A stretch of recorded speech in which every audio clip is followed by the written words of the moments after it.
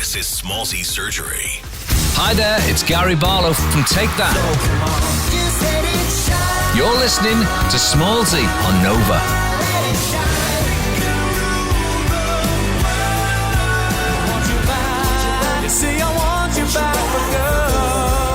Turn it up. On the show tonight, musical legend, icon. Do you have? Are you sir? Are you a sir yet? No. What? How did that not happen? No, I'm too young for a sir. Really? Come Yeah, on. that's true. I know I don't look it, but I am actually too young for a sir. That's true. Gary Barlow. Oh, thank you. Well, Lovely. Can I just say, welcome to Australia #1, and thanks for being on the show. Thank you. Thanks for having me. I don't want to say I grew up listening to your music, but I grew up listening to your music, so I'm not sure if that makes you feel old or young or... Well, I grew up making music, There so... you go. Well, there you go. Yeah, there you go. Hey, big news for you and the band. You're doing a big tour. I know.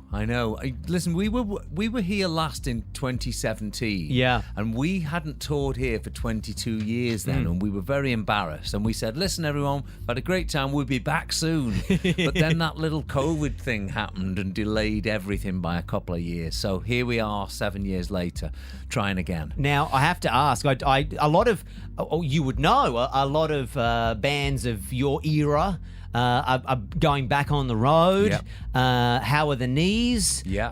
How's your back? But we've been on the road for quite a while because Yeah. we came back in 2006. And we've really toured every couple of years since then. So you still in good physical shape is we're what not I'm bad. asking. We're not, but the others are in better physical shape than me. Okay. but we're all right. So We're the all knees right. are all right. They're fine for now. Do you have one of those wheat hot pack things that needs to get in the microwave before you? Do you know what? I actually exercise. I know it doesn't look like No, it, but I do a you lot do of look. exercise. You do look like you exercise. Yeah. I don't. I look like this suggesting. and I do exercise. So if I didn't, you'd really know about it. But no, I'm kind You're of good. You feeling yeah, good? I feel good. What's the show runtime? Can I ask? 2 hours? Wow. Yeah. And how does the voice and the vocals is it like a muscle that you sort of exercised? I'm the class bore. Yeah. I go to bed early. Okay. I try not to drink too much. Yep. I don't talk. I don't, go out anywhere where I need to talk too much. Or Yeah, no I'm a real nightclubs. Class bore. Yeah, okay. Because No screaming. I want to be on 450% for that audience the following night. So Nice. yeah. I like the sound of that. All right, let's just quickly go through the dates because you're playing a bunch of, I guess you would call them like your own sort of solo group shows in arenas, and then you're also jumping on Day on the Green as well, right? Yeah.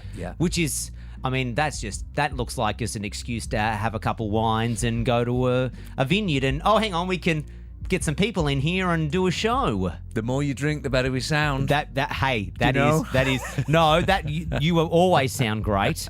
Always sound great. It's something different, that is, though. Yeah. And I think, we tour a lot. So when you can look out and it's something as special as that, it makes the night great for everybody. You're bringing Sophie Ellis-Bextor. Yeah. What a resurgence she's having at the moment. Don't you love music? I You never don't- know what's coming next. I'm interested to know what your thoughts are. Obviously, you've written 13 number one singles. You had 24 top 10 hits. So you're a man who knows his music. Not nostalgia is the wrong word, but say when you first made music, right? Like when you were when Take That was huge in the 90s. Yep. If you were to reverse 20 years, you would have been in the 70s, right? Yeah. Music in the 70s to the 90s, there was a vast difference in sound. Yeah. You listen to music from the 90s and you listen to it now, and it's not evolving or changing as much. So a song like Murder on the Dance Floor can sound as contemporary today. Yeah. And I wonder what your thoughts are on it in just musical cycles. Have we kind of hit not a creative ceiling, but in terms of technology, sound-wise, we're kind of where we're at. I think we're waiting for the next big thing to happen. Like, for instance, last weekend I went to Las Vegas to see U2 at the Sphere. What was that like? Anyone seen that? No, I saw. Okay, they did the Grammys today, and Okay. they had like a drone filming them inside the Sphere. Yeah. And that literally looked like it was the most insane thing ever. The interesting thing was I'd seen a lot of stuff online and I'd read a lot of reviews, and this is a lesson to everybody. Yeah. I didn't agree with any of the reviews. Okay, so I went there expecting this spectacular thing, and everyone said, oh, it overpowers the band. The one thing I came away from the gig with was that you two are amazing. Yeah. They really were. Yeah. You actually could have turned the screen off for me. They were that good. Yeah, wow. But when the screen came on, 18,000 people breathed in. So I guess what I'm saying is, I think the experiences of things like Spheres or headsets, VR, I think that's going to move music Maybe on. you'll be in like those new Apple goggles. You could do a take that with the Apple goggles. Imagine coming to a gig and everyone's got wearing those. Apple goggles. I mean, it could be that's where I think the improvements are going to go. That's where you're Yeah. Because we've been listening to music for a long time. Sure. And then we had videos that accompanied the music. What's next? And I think it's going to be something like that. And I think Coldplay try it at those gigs with all the lights. Yeah. I think the experience is going to get bigger. Is the truth. Now, you've been making music for so many years. Have you got a favourite song that you've written? Have you got one that it might be a Take That song? It may be one you wrote and gave to someone else. You could have. Is there one that? You know what? I always think of songs that really changed our lives. And Sure. Back for Good was a big moment. My God, for us. I was going to ask, is that on you overplaying that, or is that still? I don't think you're allowed ever to not to play that one. No, When you it is a mandatory on the Take That set. And it changed our trajectory completely, that did. And we've got a lot of thanks to that song. Yeah. So. Well, see, my personal favourite is Rule the World. Oh, thank you. I love that song. That song... So that was Matthew Vaughan's film Stardust. Yes. That was what we wrote it for. That was the first time we'd worked with him. There you go, because obviously he's just directed the new Argyle movie. Yeah. And you've got the couple of songs in that. there. Yeah. I think Rule the World is just an absolutely spectacular, heartfelt, Thank you. incredible song. Thank and you. also too, justice for Take That. I mean, I don't think anyone was expecting the band to come back like that in the mid noughties, right? Most of all us. Honestly, I remember it all started with a little documentary they made for TV, basically saying, where are these guys now? And Are you serious? Honestly, it did. And there was so much interest from the audience that we started to get approached by labels again and promoters saying, there's so much interest for you guys. Yeah. We went on tour, and honestly, we just kept adding dates and that's what started it all again. Wow, how wild is So that? our audience, you see, that's the one thing I always have to mention in every interview I do, is that forget the music, forget us. We've got this amazing audience who have been with us for 34 years now. Yeah. And we're very lucky to have them. I have to ask, did you see the Robbie documentary? Of course. I think it was Our Summer Holidays. I just watched the bits I was in. Yeah, okay, yeah.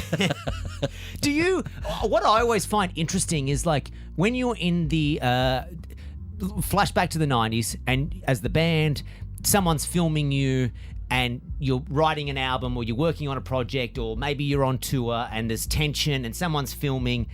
In that moment, you did not think one day this is going to be put together in a documentary form and we're going to watch that back and just reminisce. Yeah. You must think to yourself, can you stop fucking filming? Like, we're having a moment here. Yeah. But I just look at the way that every artist capture all of these behind the scenes moment, and I wonder what it would be, how you would even tell a story without the vision to accompany it. I know. I know. And also, when I see those 90s clips, it was a funny period for us because you've got to remember, in that section of our career, we've just become successful. We've just become famous. Our lives have been turned upside down. We're never off the road.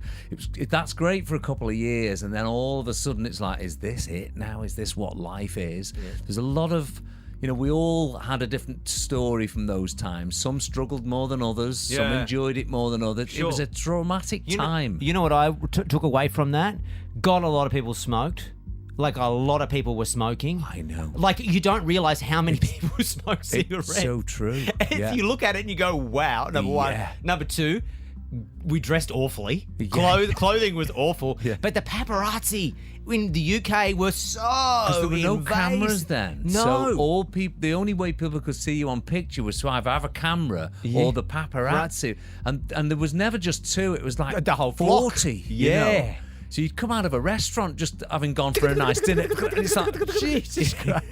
It's a funny time, isn't it? Yeah. And now, I mean, there's a couple of paps who float around and take photos, but a lot of it is captured on on a phone camera, and we kind of tell our own story now through our social media, right? Which is, it's a blessing and a curse, that whole thing. But absolutely, I always have to try and look at the good side of what social media is, and that's that it brings us closer to our audience. So true. And that's, we've been waiting for that for years as artists, to be able to talk directly to our audience. So well, I can't wait for you to see you sing directly to me in October and November. You're going to be playing dates around the entire frontiertouring.com. Gary Barlow, sir. Bless you. It's a shame you have not been given that title yet. Let's get on to the king. Great to meet you. Oh, thanks, mate. Thank you for being here. Thank you. Great. See you soon. Smallsy Surgery is a Nova podcast. For more great shows like this, head to novapodcast.com.au.